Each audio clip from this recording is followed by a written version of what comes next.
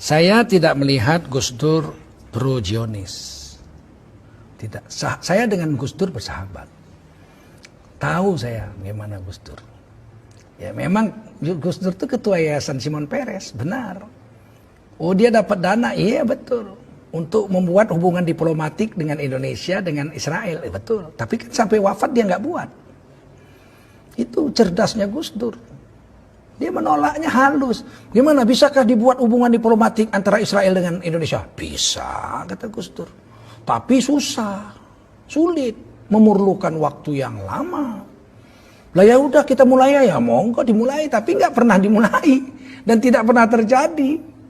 Udah diproses sudah, tapi ya begitu, tetap nggak bisa. Ketika kemudian orang-orang dari Israel memaksa Gus Dur, cepet, ini butuh waktu perlu, cepet. Gus Dur enak aja ngomong, dia disiarkannya di depan umum. Pak Presidennya bilang, saya ini kepingin kita itu membuat hubungan diplomatik antara Indonesia dengan Israel. Seluruh Indonesia marah. Tuh katanya nggak setuju. Mereka itu belum mau. Perlu waktu yang lama, kata Gus Dur. Akhirnya Israel diam. Sampai sekarang belum pernah ada hubungan diplomatik.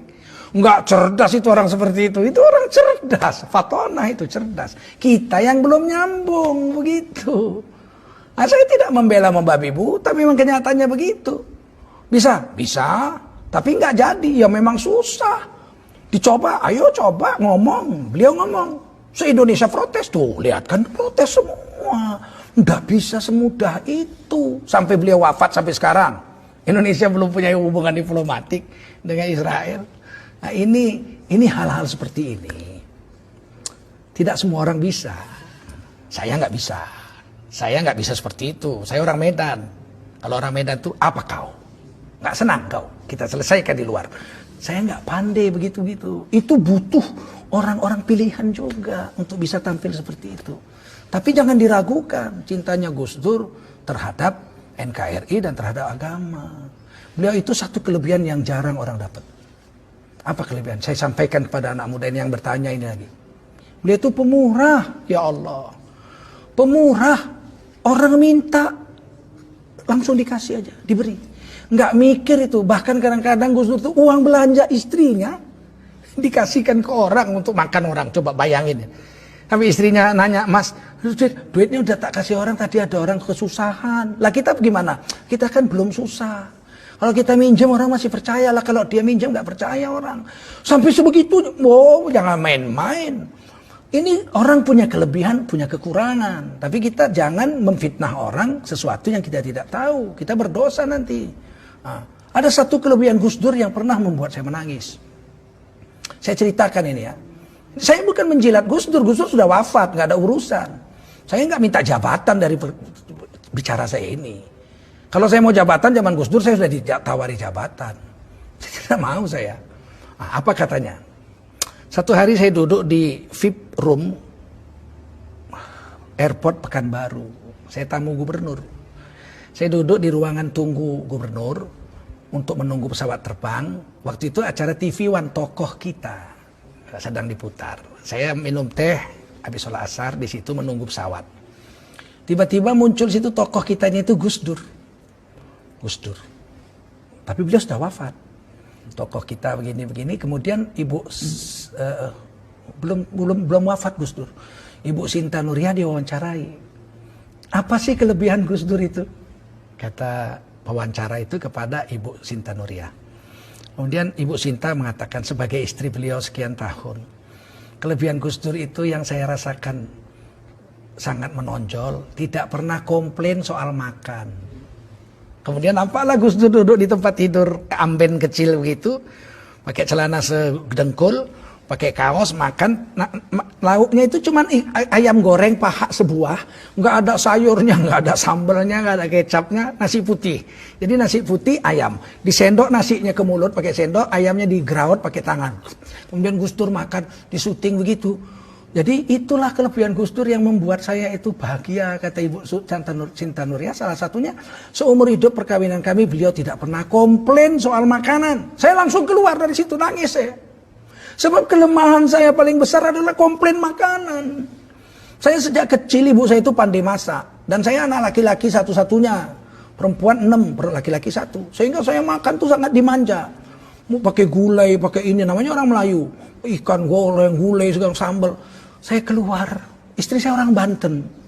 Sejak kawin tuh biasanya rebus-rebus lalap, rebus-rebus lalap. Sempat saya bilang satu hari makanan ini, makanan kambing ini saya bilang. Sampai istri saya menangis. Sebab kami orang Melayu lemak-lemak kayak kelapa. Dia lalap-lalap, tiap hari lalap-lalap rebus, lalap-lalap rebus. Jengkel juga saya. Saya keluar, saya ambil handphone.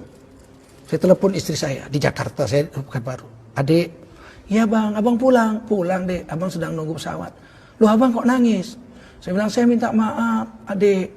Saya selama ini selalu komplain soal makan. Pernah saya bilang makanan kambing. Kadang-kadang saya banting juga meja gitu. Gak suka saya makanan gak enak. Saya minta maaf. Istri saya bilang, abang sehat bang. Abang kan gak apa-apa kan. Nanti abang jatuh naik kapal terbang. Enggak dek, saya istilah Melayu buang tabiat. Orang mau mati itu tingkahnya aneh-aneh gitu. Saya bilang tidak, saya tidak buang tabiat. Enggak ada tingkah aneh-aneh. Saya baru dengar Gus Dur. Ibu Santa Nuria diwawancarai, ternyata kelebihan Gus Dur nggak pernah komplain soal makan. Saya jadi teringat Rasulullah. Rasulullah itu mengatakan dalam hadis, saya tahu hadisnya. Jangan komplain soal makanan. Kalau enak kamu makan, kamu puji. Kalau kamu rasa nggak enak, jangan kau caci, tapi jangan kau makan. Pergi aja, jangan kau caci. Nah saya mencaci makanan, padahal saya tahu hadis. Saya pikir itu kan cuma Rasul yang bisa buat. Kenyataannya Gus Dur bisa buat. Ngapain mesti belajar tidak komplain makanan kok sampai jauh-jauh nunggu sahabat Nabi atau zaman Nabi. Mau zaman sekarang aja ada orang. Saya bilang gitu, maafkan saya janji. Saya tidak akan komplain lagi soal makanan kepadamu. Sampai di Jakarta saya pulang dipeluk istri saya. Ya Allah bang, abang nonton itu? Iya, saya nggak punya TV di rumah, nggak nonton TV. Tapi di VIP room itu ada televisi. Pas TV One tokoh kita. Jadi saudara-saudara, saya tidak menjilat Gus Dur. Gus Dur sudah wafat, nggak ada dapat jabatan saya dengan kata-kata ini. Tapi wajib menceritakan orang yang sudah wafat itu kebaikan-kebaikannya saja. Haram menceritakan aib orang yang sudah mati. Karena orang yang sudah wafat itu telah sampai kepada perbuatannya. Kita ceritakan baik-baiknya aja. Nah, Gus Dur itu orang baik, cucu orang soleh, anak orang soleh. Nah, jadi demikian. Mudah-mudahan ada manfaatnya pertemuan ini. Terima kasih atas pertanyaan saudari kita tadi. Dan semoga kita bisalah bersangka baik kepada tokoh kita, Ki Haji Abdurrahman Wahid atau Gus Dur. Ya, cucu daripada pendiri NU, Nahdlatul Ulama, Ki Haji Hasyim Asy'ari. Yang memang kadang-kadang statement beliau atau perbuatan beliau itu tidak sampai ke akal kita, kecuali kita bertanya kepadanya. Banyak yang bisa saya ceritakan tentang Gus Dur, tapi tidak mungkin, terlalu panjang ya. Tapi banyak hal-hal kontradiksi yang menggegerkan masyarakat itu saya tanya kepada beliau. Dan beliau menjawabnya saya terkejut gitu. Kadang-kadang dengan ilmu semantik, saya kan dosen semantik 30 tahun saya. Dengan ilmu semantik itu saya kaget itu kadang-kadang. Ya, hebat sekali sahabat saya ini, saya pikir, inilah mudah-mudahan ada manfaat. Berhentilah kita bersangka buruk kepada orang yang sudah wafat. Kalau masih hidup boleh kita kritik langsung. Sekeras apapun kritik kepada pejabat negara boleh. Karena itu dilindungi Undang-Undang Dasar 1945. Asal jangan bersangka buruk. Kritik aja silakan. Atau nanya. Kalau nggak jelas tanya pakai tanda tanya. Soal dia jawab atau nggak jawab bukan urusan kita. Kita sudah nanya, kita sudah sampaikan. Kita tulis surat terbuka. Biar dia baca, biar jawabannya dibaca orang. Dia jawab syukur, nggak dijawab kita sudah sampaikan kewajiban kita. Undang-Undang Dasar 45 pasal 28 ayat 1, 2, 3 dan seterusnya menjamin tiap-tiap warga negara untuk berkumpul dan bersuara mengeluarkan pendapatnya. Wallahu a'lam bishawab.